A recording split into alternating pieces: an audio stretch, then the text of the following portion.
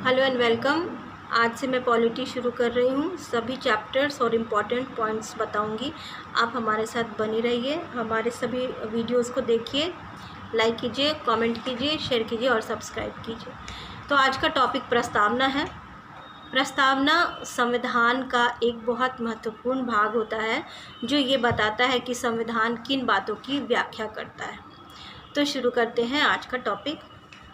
प्रस्तावना हमारा आपको याद होना बहुत ज़्यादा ज़रूरी है। प्रस्तावना हर एक नागरिक का कर्तव्य है कि वो प्रस्तावना को याद करें, और विद्यार्थियों के लिए तो और भी ज़्यादा ज़रूरत है।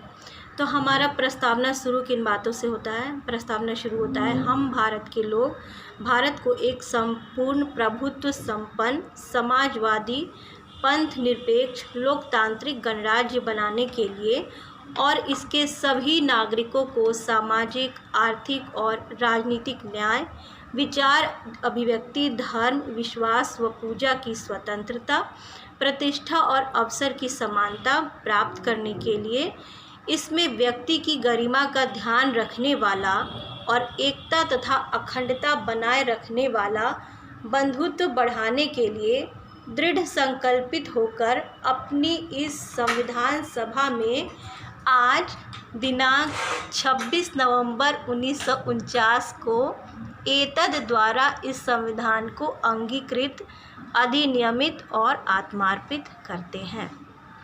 तो ये हमारा प्रस्तावना है। अब आप देख रहे होंगे कि मैंने कुछ अंडरलाइंस किए हैं। तो वो अंडरलाइन क्यों किया है? हम भारत के लोग क्या है? हम भारत के लोग बताता है संविधान का स्रोत क्या है। तो भारत के संविधान का स्रोत कौन है? तो हम भारत के लोग। भारत के संविधान को शक्ति कहाँ से प्राप्त होती है? भारत के लोगों से।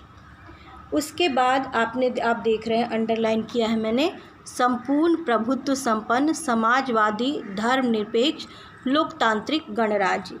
ये क्या है? ये भारत की प्रकृति है कि हमारा भारत कैसा होगा? संपूर्ण प्रभुत्व होगा, समाजवादी होगा, धर्मनिरपेक्ष होगा और एक लोकतांत्रिक गणराज्य होगा।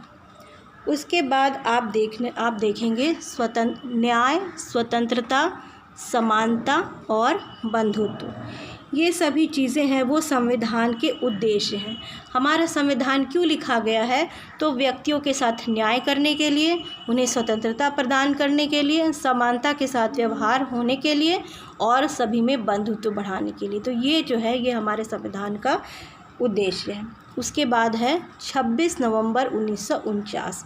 इसका मतलब है कि हमारा संविधान 26 नवंबर 1949 को लागू हुआ था। तो ये संविधान लागू होने की तिथि है। तो ये संविधान है और इसके 4 तत्व हैं। कौन कौन से? संविधान का स्रोत, प्रकृति, उद्देश्य और तिथि। उसके बाद आप देख रहे होंगे मैंने टोटल 9 पॉइंट्स लिखे हैं। संप्रभुता, समाजवादी, धर्मनिरपेक्ष, लोकतांत्रिक, गणतंत्र, न्याय, स्वतंत्रता, समानता और बंधुत्व। इसका क्या मतलब है? ये 9 जो है हमारे संविधान की मुख्य विशेषताएं हैं। सबसे पहली विशेषता है संप्रभुता। संप्रभुता का क्या मतलब होता है? मतलब ये होता है संप्रभुता का कि भारत, हमारा देश, न तो किसी भी देश के अधीन है न कोई उसके अधीन है। यानी वह अपने आंतरिक और बाहरी मामलों में कोई भी निर्णय लेने के लिए पूरी तरह से स्वतंत्र है। तो हमारा भारत एक संप्रभुता संपन्न देश है। और क्या है? और कौन सी विशेषता है प्रस्तावना की? समाजवादी। समाजवादी का क्या मतलब होता है? समाजवादी शब्द का मतलब होता है कि उत्पादन और वितरण के सभी साधनों का राष्ट्रीयकरण होगा। यानी राष्ट्र का उस पर देश का, सरकार का अधिकार होगा और सरकार का कर्तव्य होगा कि वो गरीबी का उन्मूलन करे, गरीबी, उपेक्षा, बीमारी आदि से जनता को बचाए रखने के लिए उपाय करे, यानी समाजवाद की स्थापना करे। तो दूसरी विशेषता है हमारा समाजवादी। अब तीसरी विशेषता है धर्मनिरपेक्ष। धर्मनिरपेक्ष का क्या मतलब होता है? धर्मनिरपेक्ष का मतलब होता है हमारे देश में कि भारत का या स्टेट का, सरकार का कोई भी धर्म नहीं होगा, वह धर्म से निरपेक्ष होगी। और निरपेक्ष होने का ये मतलब नहीं कि वो डिस्करेज करेगी किसी भी धर्म को, बल्कि वो सभी धर्मों को, चाहे हिंदू, मुसलमान, सिख, ईसाई, यहूदी, पारसी, जितने भी धर्म के लोग भारत में रहते हैं उनका समान संरक्षण करेगी।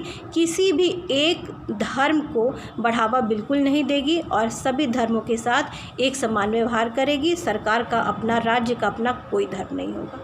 तो समाजवादी और धर्मनिरपेक्ष, ये दोनों जो पॉइंट हैं वो 42वें संविधान संशोधन 1976 के द्वारा हमारे प्रस्तावना में उनको शामिल किया गया था। ऐसा नहीं है कि इसके पहले समाजवादी शब्द और धर्मनिरपेक्ष शब्द की कोई व्याख्या नहीं थी। संविधान के आंतरिक प्रावधानों में समाजवाद और धर्मनिरपेक्ष था, परंतु उस पर विशेष फोकस देने के लिए समाजवादी और धर्मनिरपेक्ष शब्द को यहाँ पे प्रस्तावना में 1976 में शामिल कर दिया गया। अब चौथा है लोकतांत्रिक। भारत एक लोकतांत्रिक देश होगा। लोकतांत्रिक देश का क्या मतलब है कि इसमें जनता जो है वो सर्वोच्च होती है, यानी जनता ही चुनाव करती है, सभी शक्तियों का स्रोत होती है। और संविधान को भी शक्ति कहाँ से प्राप्त होती है, आपने देखा हम भारत के लोग, तो जनता से। तो भारत जो है वो एक लोकतांत्रिक देश है। यहाँ प्रत्यक्ष नहीं बल्कि अप्रत्यक्ष रूप से लोकतंत्र की व्यवस्था की गई है। जैसे कि स्विट्जरलैंड में प्रत्यक्ष लोकतंत्र है, यहाँ अप्रत्यक्ष लोकतंत्र है। अब अगली विशेषता है पांचवा, गणतंत्र। भारत एक गणतंत्र होगा। गणतंत्र का क्या मतलब होता है? गणतंत्र दो प्रकार के होते हैं, एक राजशाही होती है और एक गणतंत्र होता है। राजशाही का मतलब ये होता है कि लोकतंत्र तो होगी, लेकिन जो राज्य का प्रमुख होगा वो राजशाही होगी, यानी कि वो जनता द्वारा नहीं चुना जाएगा। लेकिन गणतंत्र का मतलब होता है कि जो राज्य का प्रमुख होगा, यानी वो कैसा होगा, वो जनता के द्वारा चुना गया होगा, जनता सर्वोच्च। तो आप देखते हैं हमारे राष्ट्रपति के लिए चुनाव होता है, तो राष्ट्र का जो प्रमुख है, राज्य का प्रमुख है, देश का प्रमुख राष्ट्रपति जनता के द्वारा चुना होता है, ना कि यहाँ कोई राजतंत्र है। तो गणतंत्र हमारे संविधान की एक अलग विशेषता है। अगला है न्याय। न्याय हमारे संविधान की प्रस्तावना की एक बहुत बड़ी विशेषता है। सामाजिक, आर्थिक और राजनीतिक तीन प्रकार के न्याय जनता को दिलाने की व्यवस्था की गई है, जिसका प्रावधान हमारे मौलिक अधिकार, नीति निर्देशक तत्वों आदि में प्रावधान किया गया है, ताकि जनता के लिए न्याय की व्यवस्था की जा सके।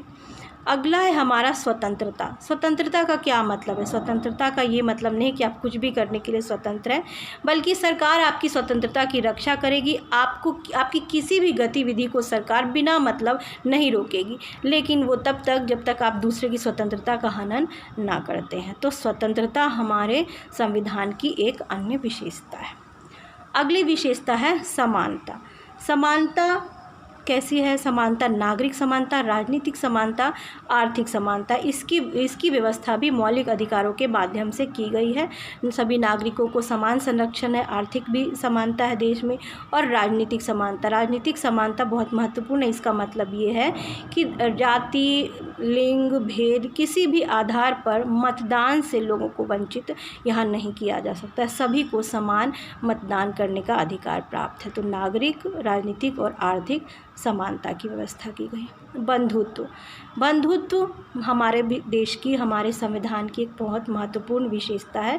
बंधुत्व के लिए की व्यवस्था करने के लिए हमारे संविधान में एकल नागरिकता है, यानी सभी देश के वासी एक हैं, सभी में बंधुत्व है और सभी समानता के साथ, स्वतंत्रता के साथ रहते हैं। न्याय होता है, धर्मनिरपेक्ष है, समाजवाद है, संप्रभु देश है और लोकतांत्रिक गणराज्य है।